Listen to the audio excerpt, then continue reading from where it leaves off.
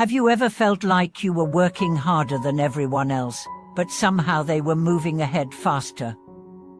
Have you ever looked back at a year of effort and realized you had been running in circles, stuck in the same patterns, facing the same problems with slightly different faces? Welcome back, my friends. I'm truly glad you're here because today we are going to talk about 3 profound truths about human nature, truths that, once you grasp them, can save you years of unnecessary struggle in both your career and your personal life. Think of them as shortcuts, but not in the way of skipping work. These are shortcuts in understanding. They allow you to make choices aligned with reality rather than illusions. These 3 truths are like 3 gates. If you pass through them, you'll find that your decisions become clearer, your relationships smoother, and your path more direct. But if you ignore them, you risk walking 10 years in the wrong direction before realizing you were lost. The first truth is about motives. People rarely act purely from the reasons they state. Beneath every request, every reaction, every decision, lies a layer of personal interest, fear, desire, or insecurity. This isn't cynicism, it's recognition. The sooner you learn to read beneath the surface, the less surprised and hurt you'll be when people's actions don't match their words. Let me give you an example. A colleague might say, "I think this project should be delayed because we need more research." That might be true on the surface, but if you look closely, you might see they're overwhelmed with another task and need breathing space. Or they fear that if the project moves forward, their role will diminish.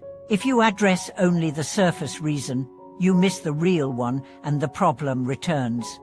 The second truth is about capability and willingness. People's ability to do something and their willingness to do it are 2 entirely different currencies. You may assume that because someone has the skills, they'll step up. But willingness is shaped by priorities, trust, perceived fairness, and personal benefit. In workplaces, you often see managers frustrated that a talented employee isn't performing to potential, not realizing the environment has eroded the employee's willingness. In personal life, you might have a friend who's perfectly capable of supporting you through a hard time but chooses not to engage because they're absorbed in their own world. The third truth is about change. People don't change because you explain better, shout louder, or love harder. They change because something inside them decides the cost of staying the same has become greater than the cost of changing. This can be triggered by a crisis, a new perspective, or the gradual build-up of dissatisfaction, but it's always an inside job. You can influence, you can invite, you can model change, but you can't force it. I once coached a manager named Sarah who was burning out trying to rescue a team member who consistently underperformed.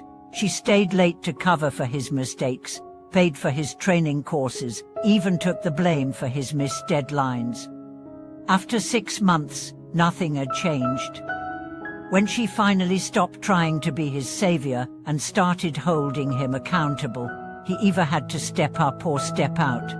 Within weeks, she made more progress than in the previous half year. Why? Because the comfort of having someone else clean up his mess was gone. The cost of staying the same had risen. Understanding these truths changes the way you navigate the world. You stop expecting transparency from everyone, but you start looking for the real drivers behind their actions. You stop assuming that skill equals effort, and instead you create conditions that foster willingness.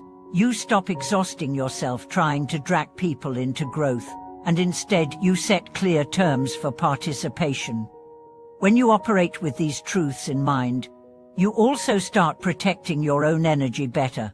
You recognize when a conflict is about the stated problem and when it's really about something else. You learn to spot when you're over-investing in someone's potential while ignoring their actual choices. And you stop taking it personally when someone resists change, knowing that your role is to offer the door, not to push them through it. My friends, the next time you face a puzzling situation at work or at home, ask yourself 3 questions. What's the unspoken motive here? Is this about capability or willingness? And is this a moment where change is actually possible, or am I trying to force the timing? If you do this consistently, you'll not only save yourself years of frustration, you'll move through life with a clearer map, one that keeps you from wandering 10 years down a path you never needed to take. Thank you for watching this video. If these ideas helped you see patterns in your own life, share this with someone who might be stuck at one of these gates. And don't forget to subscribe and comment so we can keep learning together.